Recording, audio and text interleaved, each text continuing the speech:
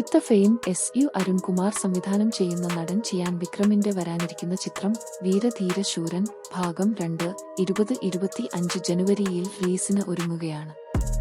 ഒരു action drama എന്ന് വിളിക്കപ്പെടുന്ന ചിത്രത്തിന്റെ നിർമ്മാതാക്കൾ ഇപ്പോൾ ടീസർ പുറത്തിറക്കി. തുഷാര വിജയൻ നായികയായും ചിത്രത്തിലുണ്ട്.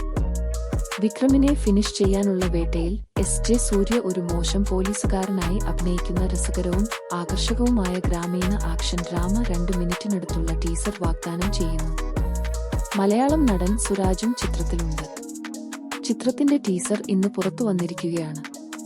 പോരാട്ട വീര്യമുള്ള സൗമ്യനായ പലചരക്ക് വ്യാപാരിയായ കാളിയാണ് വിക്രം അവതരിപ്പിക്കുന്നത്.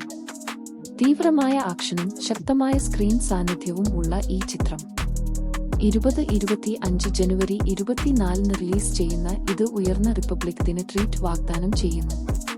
ടീസർ നല്ല അഭിപ്രായം നേടി മുന്നേറുന്നു.